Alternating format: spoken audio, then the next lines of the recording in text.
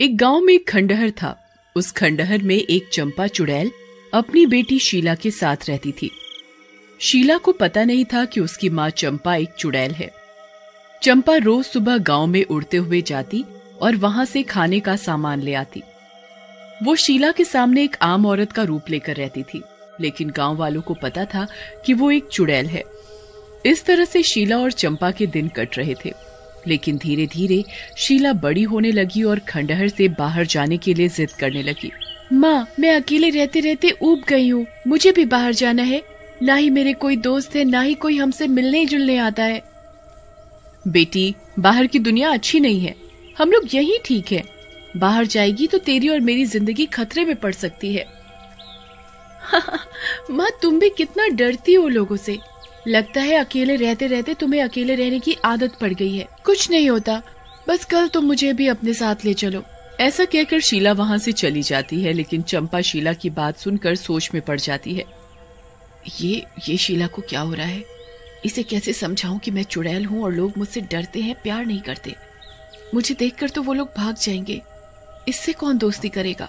अगली सुबह शीला गांव में जाने के लिए तैयार होकर आती है। माँ, देखो मैं कैसी लग रही हूँ। भला ये भी कोई पूछने की बात है? मेरी बेटी तो दुनिया की सबसे प्यारी बेटी है, हमेशा ही सुंदर दिखती है। तो चलो मेरी प्यारी माँ मुझे लेकर। शीला की जिद के आगे चंपा विवश हो जाती है और शीला को लेकर उड़ते हुए जाने लगती है। शीला जब आसमान में होती है तो चंपा शीला को बोलती है, मजा आ रहा है माँ, ऊपर से नीचे सब कितना छोटा दिख रहा है। लेकिन माँ, एक बात तो बताओ, तुम तो आसमान में उड़ रही हो, लेकिन मैं क्यों नहीं उड़ पाती? मुझे भी उड़ना है। बेटा, इसीलिए तो मैं तुझे कह रही थी कि अभी तू छोटी है। तुम जब बड़ी हो जाओगी तो मैं तुम्हें उड़ना सिखाऊंगी, और अभी लोगों से मिलना जुलना ठीक नहीं है। कल को बड़ी होगी तब जितनी मर्जी दोस्ती कर लेना। मैं तो कहती हूँ वापस चलते हैं। हाँ, माँ, बहुत चालू हो तुम। आपके पास एक से एक बढ़िया बहाने होते हैं। आप जितनी मर्जी कोशिश कर लो, मैं तो आज आपके साथ गांव के अंदर जरूर जाऊंगी, चाहे आप कितने भी बहाने कर लो। फिर चंपा शीला को लेकर एक आम के बाग में उतरती है। आम को देखकर शीला बहुत खुश हो जाती है। अरे वाह माँ, कितने अच्छे आम हैं। मैं तो खाकर ही आगे गांव में जाऊंगी। फिर शीला आम खाने लगती है। तभी वहां से कुछ गांव वाले गुजर रहे होते हैं, जो कि शीला को देखकर घबरा जाते हैं और वहां से भागने लगते हैं। अरे भागो भैया, भैया ये तो चुड़ैल है। अरे भागो रे, अपनी जान बचाकर भैया। गांव वालों को ऐसे भागते देखकर शीला हंसने लगती है और चुड़ैल घबरा जाती है। जिसका डर था वही हो रहा है। लोग मुझे देखकर घबरा कर भाग रहे हैं। मेरा असली रूप क्या है ये लोग जानते हैं, इसलिए डर रहे हैं मुझसे। अब क्या करूं? तभी शीला बोलती है, माँ, ये लोग तो ऐसे भाग रहे हैं जैसे कोई चुड़ैल देख ली हो। बेचारे कितने सीधे हैं। फिर शीला और चुड़ैल गांव में चले जाते हैं। चुड़ैल को देखकर गांव वाले घर के अंदर चले जाते हैं और थोड़ी देर बाद आते हैं तो उनके हाथ में खाने पीने का सामान होता है। वो सब सामान लाकर चंपा के पैरों में रख देते हैं और फिर सब अपनी गर्दन झुकाए हुए वापस अपने घरों में चले जाते हैं। ये सब देखकर शीला हैरान हो जाती है और चुड़ैल से पूछती है, अरे माँ, ये सब गांव वालों को क्या हो रहा है? हम दोनों के आने से पहले ये लोग तो बिल्कुल ठीक थे, अब डर गए। पहले बच्चे भी खेल रहे थे, लेकिन हम दोनों को देखकर कितने डर गए हैं और बात भी नहीं कर रहे। शीला की बात सुनकर चंपा हंसने की एक्टिंग करती है और बोलती है, हाँ बेटी, मैं भी हैरान हूँ। ऐसे तो ये लोग कभी नहीं करते। मैं तो जब भी आती हूँ इतने प्यार से बोलते हैं मुझसे, और तो और मेरी इज्जत भी इतनी करते हैं। लगता है किसी बात पर परेशान है बेचारे। चलो कोई बात नहीं, हम फिर आ जाएंगे और मैं अगली बार तुम्हारी दोस्ती करा दूंगी गांव की किसी लड़की से। फिर चुड़ैल के समझाने पर शीला वापस चलने को राजी हो जाती है, लेकिन गांव वालों का ये व्यवहार उसे समझ नहीं आता और वो चुड़ैल का पीछा करने का ठानती है। कुछ दिनों बाद जब उनका खाना खत्म हो जाता है तो चुड़ैल फिर से गांव जाने के लिए निकलती है ताकि गांव वालों से कुछ खाने के लिए ला सके, लेकिन इस बार शीला उसका पीछा करने लगती है। मैं भी माँ के पीछे पीछे जाऊंगी ताकि सच का पता चल। शीला चंपा के पीछे पीछे गांव में पहुंच जाती है और एक पेड़ के पीछे छिप जाती है। तभी चंपा अपने डरावने चुड़ैल के रूप में आ जाती है और चुड़ैल गांव के बीच में पहुंचकर गुस्से में चिल्लाती है, गांव वालों बाहर निकलो अपने घरों से और मेरे पास आओ, और जो कुछ भी है खाने के लिए वो भी लेकर आ जाओ, नहीं तो मैं अभी के अभी पूरा गांव तबाह कर दूंगी। चुड़ैल की ऐसी धमकी सुनकर गांव वाले घबरा जाते हैं और अपने अपने घरों से खाने का सामान लेकर चुड़ैल के पास जाते हैं। बहुत समझदार हो तुम सब, एक बार में मेरी बात मान जाते हो। तभी गांव वालों के बीच में से एक गांव वाला रोता हुआ निकलता है। उसके कपड़े कटे फटे होते हैं और वो बहुत ही गरीब दिख रहा होता है। वो चुड़ैल से बोलता है, अरे मर गया रे चुड़ैल जी, आज के लिए मुझे बख्श दो। आज हमारे पास कुछ भी नहीं है देने के लिए, हमरे प्राण बख्श दो। रोज के बहाने पिछली बार भी तूने कुछ नहीं दिया था, इस बार मैं तुझे नहीं छोड़ूंगी। ऐसा कहकर चुड़ैल गांव वाले को गर्दन से पकड़कर उठा लेती है और उसे मारने जा रही होती है कि तभी हरिया वहां आ जाता है और चुड़ैल से बोलता है, चुड़ैल जी इसे माफ कर दो, इसके हिस्से का अनाज मैं दे देता हूँ, माफ कर दो, इसे मत मारो। हरिया के कहने पर चुड़ैल उसे छोड़ देती और फिर सारा अनाज और खाने का सामान लेकर वहां से चली जाती है। ये सब शीला पेड़ के पीछे छुपकर देख रही होती है। ये मेरी माँ क्या कर रही है? इन बेचारे गांव वालों को क्यों सता रही है? मुझे असलियत जाननी होगी। ऐसा कहकर शीला गांव वालों के पास जाती है। गांव वाले शीला को देखकर डर जाते हैं। तुम तो वही हो ना? अरे तुम तो वही लड़की हो ना जो कल उस चुड़ैल के साथ आई थी? चुड़ैल के साथ? क्या बोल रहे हो भैया? वो तो मेरी माँ है, वो कोई चुड़ैल वुड़ैल नहीं है। शीला की इस बात पर गांव वाले हंसने लगते हैं और शीला को बोलते हैं, बेटी लगता है उस चुड़ैल ने तुम्हें झूठ बोला है, वो कोई इंसान नहीं है, वो तो एक चुड़ैल है जो कि इंसानों को मार कर खा जाती है। बेटा पता नहीं तुम कैसे जिंदा हो अब तक, क्योंकि तुम भी इंसान हो, एक इंसान की बेटी। हाँ, वो तुम्हारे आगे एक औरत के रूप में रहती है ताकि तुम्हें सच का पता ना चले, और हमरे सामने चुड़ैल बन जाती है। गांव वालों की ये बात सुनकर शीला को गहरा सदमा लगता है और वो रोते हुए अपने घर चली जाती है। उधर चुड़ैल भी शीला को घर पर ना पाकर बहुत परेशान होती है। जैसे ही शीला घर पहुंचती है, कहाँ थी शीला? पता है कब से परेशान हो रही थी? क्यों? मुझे भी खाना है जैसे तुम बाकी इंसानों को खा जाती हो। बोलो। ये क्या कह रही है शीला? तू तो मेरी बेटी है, भला मैं तुझे क्यों खाऊंगी? क्या हुआ? बोलना। फिर शीला गांव वालों और उसके बीच हुई सारी बात चुड़ैल को बता देती है, जिसे सुनकर चुड़ैल बोलती है, बेटी शीला, आज मैं तुझसे कुछ नहीं छुपाऊंगी। हाँ, ये सच है कि मैं एक चुड़ैल हूँ और मैं इंसानों को मारती थी, लेकिन मैंने तुझे अपनाने के बाद कभी किसी इंसान को नहीं मारा। लेकिन माँ, मैं कौन हूँ फिर? मुझे नहीं पता बेटी। मैं तो एक रात अस्पताल के आगे से जा रही थी, वहाँ तुझे कुछ कुत्तों के बीच घिरा पाया तो उठा लिया ताकि वो कुत्ते तुझे मार कर ना खाएं। तुझे देखकर मेरी ममता जाग उठी, तब से ही मैं पाल रही हूँ तुझे। माँ, लेकिन तुम गांव वालों को क्यों डराती हो? और मेरे माँ बाप कहाँ हैं? बेटी, मुझे नहीं पता तुझे जन्म देने वाले माँ बाप कहाँ हैं। तुझे बचाने के बाद मैं कई दिन उस अस्पताल के आसपास ही रही, लेकिन कोई नहीं आया तुझे लेने। रही गांव वालों को डराने की बात बेटी, अगर मैं उन्हें नहीं डराती तो तुझे क्या खिलाती? मैं तो माँ हूँ, अपनी बच्ची के लिए कुछ भी करूंगी। चुड़ैल की ये बात सुनकर शीला चुड़ैल से लिपट जाती है।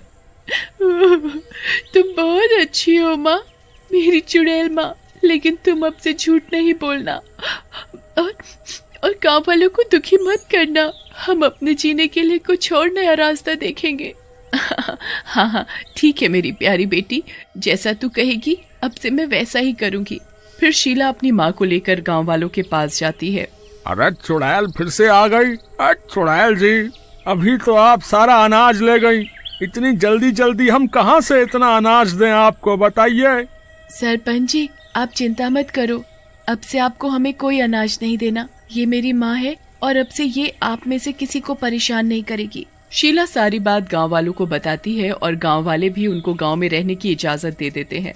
चुड़ैल मुसीबत के समय में गांव वालों की मदद कर दिया करती और गांव में ही वो दोनों आराम से रहने लगी। एक गांव में एक चरवाहा रहता था। वह रोज की तरह अपनी भेड़ों को जंगल में चराने के लिए ले जा रहा होता है। सब कुछ सामान्य चल रहा होता है। तभी बहुत तेज चीख की आवाज आती है। उसकी दोनों भेड़ें बहुत डर जाती हैं और वहां से भाग जाती हैं। चमन अपनी भेड़ों को यूं भागता देख घबरा जाता है। अरे ये क्या, ये कैसी आवाज थी? मेरी भेड़ें कहाँ चली गईं? मुझे उन्हें ढूंढना होगा। फिर चमन अपनी भेड़ों को ढूंढता ढूंढता जंगल में बहुत अंदर चला जाता है, लेकिन उसकी भेड़ों का कोई नामो निशान नहीं मिलता। अरे यार, अब ये दोनों भेड़ें कहाँ चली गईं? अगर मैंने इन्हें खो दिया तो मेरी बीवी बहुत नाराज हो जाएगी। अब क्या करूं, कहाँ ढूंढूं इन्हें? फिर वह बहुत देर तक इधर उधर ढूंढता रहता है, लेकिन उसे कोई सफलता नहीं मिलती। तभी अंधेरा भी हो जाता है। मैं जंगल के बहुत अंदर आ गया हूँ। यहाँ तो कोई मेरी मदद करने वाला भी नहीं है। अरे भाई, कोई है? कोई मेरी आवाज सुन रहा है? चमन के इस तरह चिल्लाने से एक भूत की नींद खुल जाती है। अरे ये कौन है? लगता है मेरा शिकार आसपास ही है। तभी वह भूत चमन की आवाज का पीछा करते करते वहाँ पहुँच जाता है। आज तो मजा ही आ गया। हे भगवान, ये मैंने क्या कर दिया? भूत जी मुझे छोड़ दो। वैसे ही मेरी दोनों भेड़ें पता नहीं कहाँ चली गई हैं। मैं बिना भेड़ों के घर गया तो मेरी बीवी मुझे वैसे ही घर में घुसने नहीं देगी, और ऊपर से अब आप भी यहाँ आ गए हैं। आज का तो दिन ही खराब है। हे भगवान, अब मैं क्या करूं? तू मेरा शिकार है, तू बच के कहीं नहीं जा सकता। फिर इतना बोलकर भूत चमन के अंदर घुस जाता है। अरे ये मुझे क्या हो रहा है? फिर चमन अपने घर की ओर चल देता है। थोड़ी देर में वह अपने घर पहुंच जाता है। वहाँ उसकी बीवी पहले से ही बहुत देर से उसका इंतजार कर रही होती है और वह बहुत गुस्से में होती है। आ गए? कहाँ थे इतनी देर से? मैं कब से तुम्हारा इंतजार कर रही थी। अगर आगे से देरी से आए तो घर के बाहर ही सोना पड़ेगा, समझ गए? और ये क्या, भेड़े कहाँ हैं? भेड़ों को कहाँ छोड़ा है? कहीं उन्हें किसी को बेच तो नहीं आए? हाय राम। मेरा सर दर्द मत कर। घर आते ही चिक चिक चालू कर दी। चल जा, मेरे लिए पानी लेकर आ। अरे दैया रे दैया, तुम्हारी इतनी हिम्मत कैसे हुई जो मुझ पर हुक्म चला रहे हो? कल की मार भूल गए क्या? फिर से याद दिलाऊं? अच्छा, अब तू मुझे मारेगी? तेरी इतनी हिम्मत? रुक, तुझे अभी बताता हूँ। अरे मर गई रे, मर गई। अरे बचाओ बचाओ, कोई तो मुझे बचाओ। हाय रे, आज इन्हें क्या हो गया? इनमें इतनी ताकत कहाँ से आ गई? रोज तो मेरे आगे भीगी बिल्ली बनकर रहते थे, आज ये शेर कैसे बन गए? मुझसे गलती हो गई राजा जी, मुझे माफ कर दो। आप मेरे पति परमेश्वर हैं, आप जैसा कहेंगे मैं वैसा ही करूंगी, मुझे माफ कर दो। अब आया ना ऊंट पहाड़ के नीचे। चल जा यहाँ से और मेरे लिए कुछ खाने को लेकर आ। मुझे बहुत भूख लगी है। ठीक है, आप वहाँ बैठिए, मैं अभी कुछ खाने को लेकर आती हूँ। फिर उसकी पत्नी वहाँ से चली जाती है। अरे ये आज इन्हें क्या हो गया? ये आज ऐसा बर्ताव क्यों कर रहे हैं? कल तक इनकी मेरे आगे आवाज भी नहीं निकलती थी, तो आज ये सब कैसे हो गया? उसे कुछ समझ नहीं आता कि ये सब क्या हो रहा है। फिर वह चमन के लिए खाना लेकर जाती है। चमन उसके हिस्से का खाना भी खा जाता है। उसकी पत्नी हैरान परेशान होकर उसे देखती रहती है। फिर चमन पेट भर खाने के बाद सोने चला जाता है। अगले दिन सुबह होने पर, अजी सुनिए, सुबह हो गई, चलिए उठिए, काम धाम नहीं करना क्या? तेरी इतनी हिम्मत, तूने सुबह सुबह मेरी नींद खराब कर दी। रुक, तुझे अभी बताता हूँ। अरे भागो रे भागो, अपनी जान बचाकर भागो। हे भगवान, लगता है ये पागल हो गए हैं। फिर वो भागती भागती पड़ोस के घर में घुस जाती है। चमन भी उसका पीछा करने लगता है, लेकिन वो जैसे ही अपने घर से बाहर निकलता है वो जलने लगता है, क्योंकि वो दिन की रोशनी बर्दाश्त नहीं कर पाता। मुझे अभी वापस अंदर जाना होगा। फिर चमन वापस अपने घर के अंदर घुस जाता है। एक गांव वाला चमन को धूप में यूं जलता हुआ देख लेता है। वो हैरान परेशान हो जाता है। बाल बाल बच गया, मैं दिन में बाहर नहीं जा सकता। मुझे इस बात का ख्याल रखना होगा। अरे ये क्या, ये कैसे हो सकता है? चमन भैया यूं धूप में आते ही जलने क्यों लगे? जरूर दाल में कुछ काला है। मुझे ये बात बाकी सब गांव वालों को बतानी होगी। फिर वो भागता हुआ जाता है और बाकी के गांव वालों को सारी घटना के बारे में बताता है। कालिया भाई, मुझे लगता है इनके ऊपर किसी भूत का साया है। जब से कल रात को ये जंगल से लौटे हैं, अजीब अजीब सी हरकतें कर रहे हैं। कल रात को ये घर में पड़ा पूरा खाना खा गए, मुझसे बदतमीजी भी की और इनकी आंखें भी भूत के जैसी लाल हो गई हैं। तुम घबराओ मत बहन, चलो मैं तुम्हारे साथ चलकर देखता हूँ। फिर वे दोनों मिलकर उसके घर जाते हैं। वहाँ पहले से ही कुछ गांव वाले घर के बाहर खड़े होते हैं। फिर कालिया और अनीता घर के अंदर जाते हैं। ए चमन, कहाँ है तू? जरा बाहर तो आ। तेरी अनीता बहन के साथ बदतमीजी करने की हिम्मत कैसे हुई? जल्दी बाहर आ, मैं तुझे अभी सबक सिखाता हूँ। चमन को कालिया की बात सुनकर गुस्सा आ जाता है। फिर चमन गुस्से में बाहर आता है। ए, कौन है तू? तेरी इतनी हिम्मत, मुझसे तेज आवाज में बात करता है। रुक, तुझे अभी बताता हूँ। अरे मर गए रे, छोड़ मुझे, छोड़। चमन भाई मुझे छोड़ दो, मुझसे गलती हो गई। मैं अनीता भाभी की बातों में आ गया। तुम ठीक हो भाई? ये औरत ही गलत है, तुम उसके साथ सही कर रहे हो। मुझे छोड़ दो, मुझे जाने दो, मुझसे गलती हो गई। अनीता ये सब देखकर डर जाती है और वह वहाँ से भाग जाती है। अरे भागो रे, अपनी जान बचा के भागो। अनीता बहन, अंदर क्या हो रहा है? ये कैसी आवाजें आ रही हैं? तभी चमन कालिया को उठाकर घर से बाहर फेंक देता है। अरे मर गया रे, इसने तो मेरी टांग ही तोड़ दी। कालिया भाई, आप ठीक तो है ना? नहीं, मैं ठीक नहीं हूँ। चमन ने मुझे बहुत मारा, हाय मेरी गर्दन ही तोड़ दी। तुम सही कहती थी, चमन के ऊपर जरूर किसी भूत का साया है। वो बहुत शक्तिशाली बन गया है, हम में से कोई भी उसका मुकाबला नहीं कर सकता। तुम सही कहते हो कालिया भाई, मैंने अपनी आँखों से देखा था। चमन भैया जैसे ही धूप में बाहर आए, वो जलने लगे थे। वो धूप बर्दाश्त नहीं कर सकते। हमें किसी तरह इस भूत को घर से बाहर लाना होगा। लेकिन भाई, ये भूत बहुत ताकतवर है, हम इसे घर से बाहर कैसे लाएं? मेरे पास एक तरकीब है। क्यों ना हम घर की छत पे चढ़कर उसमें बहुत सारे छेद कर दें, जिससे सूरज की रोशनी घर के अंदर चली जाएगी और हमारी तरकीब काम कर जाएगी। अरे ये क्या? ये सूरज की रोशनी घर के अंदर कैसे आ रही है? लगता है इन्हें मेरी कमजोरी के बारे में पता चल गया है। अब मैं क्या करूं? कहाँ जाऊं?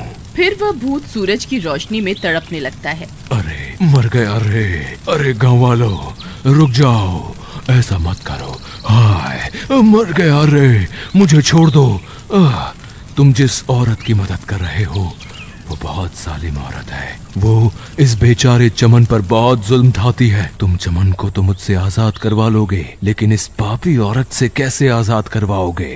भूत की सारी बातें सुनकर गांव वाले हैरान रह जाते हैं और अनीता की तरफ देखने लगते हैं। भाई, भूत की बात में दम तो है। अगर हम चमन को इससे आजाद करवा भी लें, तो फिर ये औरत उसके ऊपर जुल्म ढाएगी। इससे अच्छा चमन को ऐसे ही रहने देते हैं। ये भूत ही इस औरत को सही सबक सिखाएगा। नहीं नहीं, ऐसा मत कहिए। मुझे मेरी गलती का एहसास हो गया है। मैं आज के बाद चमन को कभी कोई तकलीफ नहीं पहुंचाऊंगी। मैं वादा करती हूँ। आप बस चमन को इस भूत से आजाद करवा दीजिए। ठीक है, हम तुम्हारी बातों पर विश्वास करते हैं, लेकिन मुझे लगता है हमें इस भूत को भी मारना नहीं चाहिए। इसने भी अनजाने में ही सही, लेकिन चमन की मदद की है। ए भूत, हम तुझे मारना नहीं चाहते। अगर तू चमन का शरीर छोड़ देगा तो हम तुझे छोड़ देंगे। बोल, मंजूर है? हाँ, मुझे मंजूर है, लेकिन मैं धूप में बाहर नहीं जा सकता। मुझे थोड़ा समय दे दो। जैसे ही अंधेरा होगा, मैं इसका शरीर छोड़कर यहाँ से चला जाऊंगा। हाँ ठीक है, फिर रात होने तक हम सब यहीं इंतजार करते हैं। थोड़ी देर में रात हो जाती है और अंधेरा होते ही भूत चमन के शरीर से बाहर निकल जाता है। मुझे माफ कर दो, मैंने तुम्हारे शरीर पर कुछ देर के लिए अपना कब्जा कर लिया था, लेकिन मैंने तुम्हारी पत्नी को सही सबक सिखा दिया है। आज के बाद वो तुम्हें कभी नहीं सताएगी। फिर इतना बोलकर वह भूत वहाँ से चला जाता है। चमन की पत्नी को अपनी गलती का एहसास होता है और वह चमन से माफी मांगती है।